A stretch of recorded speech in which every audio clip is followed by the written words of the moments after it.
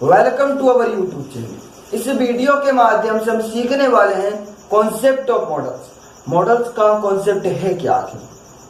तो पूरी जानकारी देखने के लिए इस वीडियो को देखिए अंत तक। मॉडल शब्द की उत्पत्ति हुई है कहां से और मॉडल शब्द का यूज हम करते क्यों हैं। तो मॉडल शब्द की उत्पत्ति हुई है भाई मॉड वर्ड से, और मॉड शब्द आया है हमारा मोड वर्ड से, जिसका हिंदी मीनिंग होता है भाव या अवस्था, या फिर मैं कहूं कि दिल की बात। मॉडल्स का काम होता है दिल की बात को जाहिर करना।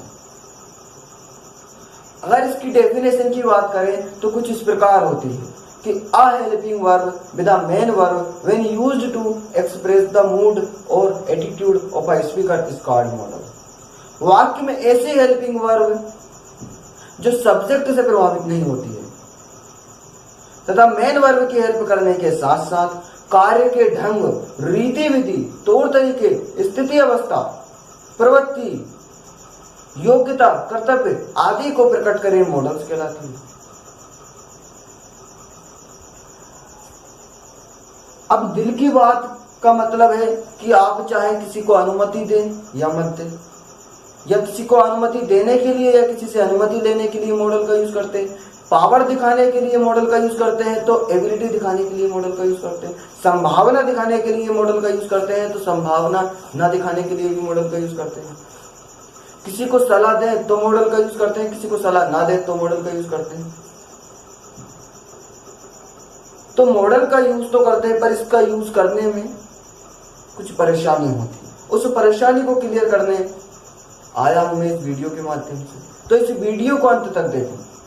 तो पहला पॉइंट हमारा यह कहता है कि मॉडल किसी भी सब्जेक्ट से, आपका सब्जेक्ट चाहे सिंगुलर हो या प्लूरल, या आपका स्त्री हो या पुरुष या हो ट्रांसजेंडर, आपका सब्जेक्ट फर्स्ट पर्सन हो, सेकंड पर्सन हो या हो थर्ड पर्सन, ये सभी के साथ समान व्यवहार करता है, इसमें कोई बदलाव नहीं आता। जैसे कि I, we, you, he, can go. चाहे आपका subject I can go, we can go, you can go, he can go, या Ram can go, she can go, सभी के साथ ये व्यवहार करता है समान। यही है मॉडल की खासियत। अब दूसरा पॉइंट ये कहता है कि मॉडल के बाद कभी भी टू नहीं आता। मॉडल के बाद कभी भी टू नहीं आता।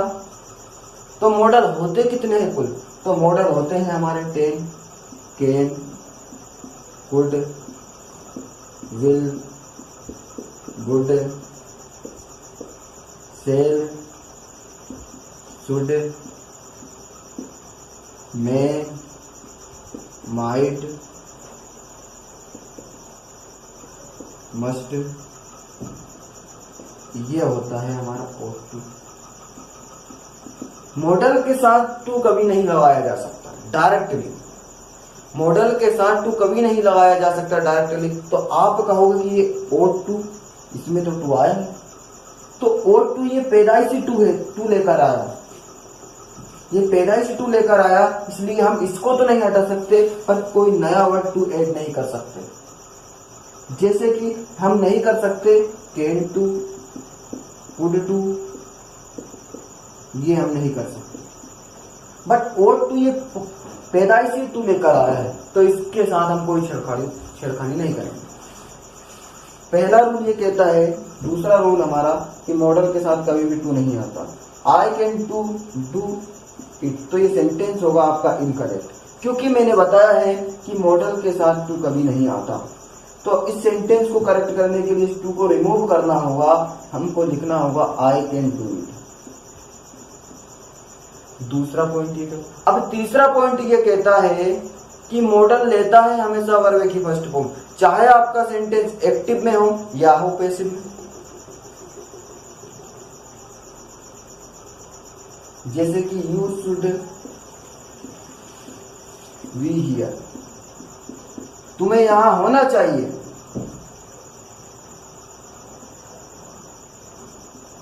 यू शुड बीट हर, तुम्हें पीटना चाहिए, तुम्हें उसे पीटना चाहिए, तुम्हें यहाँ होना चाहिए, तुम्हें उसे पीटना चाहिए। ये भी है वर्ब की फर्स्ट फॉर्म वी, और ये भी है वर्ब की फर्स्ट फॉर्म। दोनों के, ये दोनों ही है हमारे एक्टिव वॉइस।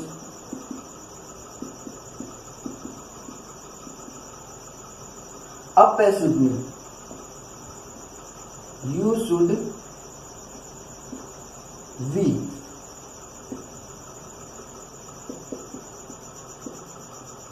बीटा नहीं है, तुम्हें यहाँ पीटा जाना चाहिए, तो ये भी है वर्ब की first form.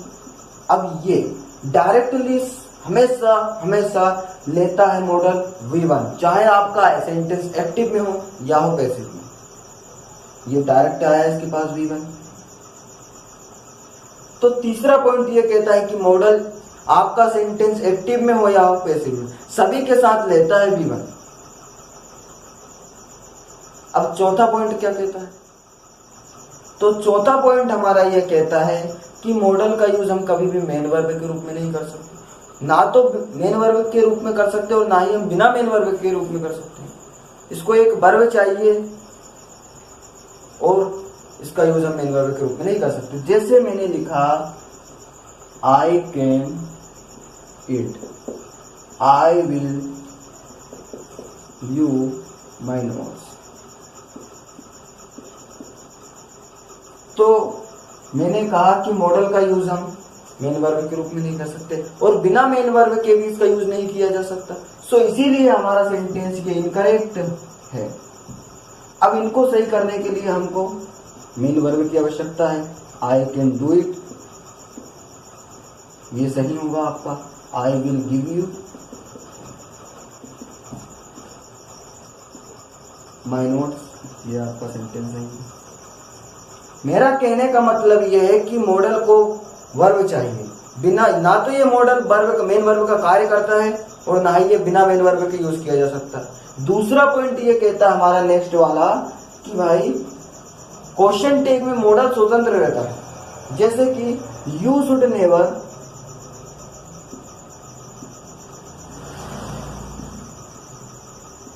Tell a lie, you should never tell a lie, तो इसका जो मॉडल होगा वो होगा शुड यू। शुड का शुड ही आया, कहीं ऐसा तो ना हुआ कि आई एम हैप्पी, आरएंट आई। यहां पर आर आया जबकि यहां पर एम है, जबकि यहां पर शुड आया और यहीं पर वापस शुड आ गया। मतलब कि कहने का यह है कि मॉडल स्वतंत्र रहता है, उस पर किसी का दबाव नहीं होता है, सब्जेक्ट कुछ भी हो। उसी प्रकार इस पर दबाव है, यहाँ एम है, यहाँ आर है। तो इस पॉइंट का मतलब यह है भाई कि मॉडल हमेशा स्वतंत्र रहता है, मॉडल्स की कोई फॉर्म नहीं होती। जिस प्रकार आपकी मेन वर्ब की फॉर्म होती है go, went, gone, going, goes. Modal की कोई फॉर्म नहीं होती, आप नहीं कर सकते can, canned, canning, cans extra, इस तरह आप नहीं कर सकते। मेरा कहने का मतलब यह है कि मॉडल्स की कोई फॉर्म नहीं होती, मॉडल्स हमेशा होता है फर्स्ट फॉर्म। यही आपकी एक फॉर्म है, इसकी कोई फॉर्म नहीं होती इस प्रकार। अब हमारा नेक्स्ट रूल क्या कहता है कि एक सेंटेंस में कभी भी दो मॉडल का यूज नहीं किया जा सकता।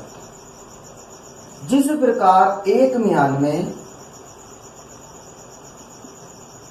दो तलवार नहीं रख सकते, उसी प्रकार एक सेंटेंस में दो मॉडल का होना असंभव है जब तक कि उसमें कुछ ऐड ना किया जाए। जैसे कि मैंने बोला I should must go now, तो ये सेंटेंस होगा आपका इनकरेक्ट, क्योंकि ये दो मॉडल आए हैं बिल्कुल एक साथ, जो कि होना संभव है। अगर हमको एक म्यान में दो तलवार रखना है तो हमें कुछ नया ऐड करना होगा, कुछ ऐड करना होगा। उसी प्रकार हमें यहाँ तीसरे की सहारा लेना पड़ेगा, जो कि है कंजंक्शन। कंजंक्शन हम एंड का यूज करेंगे, I should and must go now. अब ये सेंटेंस आपका करेक्ट होगा। नेक्स्ट रूल क्या कहता है कि मॉडल, अगर एक सेंटेंस में एक प्राइमरी वर्ब हो और एक हो मॉडल वर्ब, तो दोनों का अपने अपने हिसाब से वर्ब का लेना चाहिए। अगर आपने एक ही वर्ब को दोनों के लिए यूज किया है तो वो आपका सेंटेंस होगा गलत। जैसे कि I have and must done do a lot of work.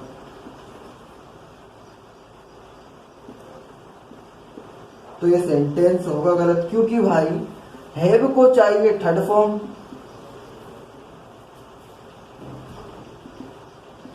I have and must do a lot of work, और मस्ट को चाहिए फर्स्ट फॉर्म। तो फर्स्ट फॉर्म तो है हमारे पास, परंतु हैव का कार्य नहीं हो रहा पूरा। तो इसके लिए हमें I have done and must do a lot of work.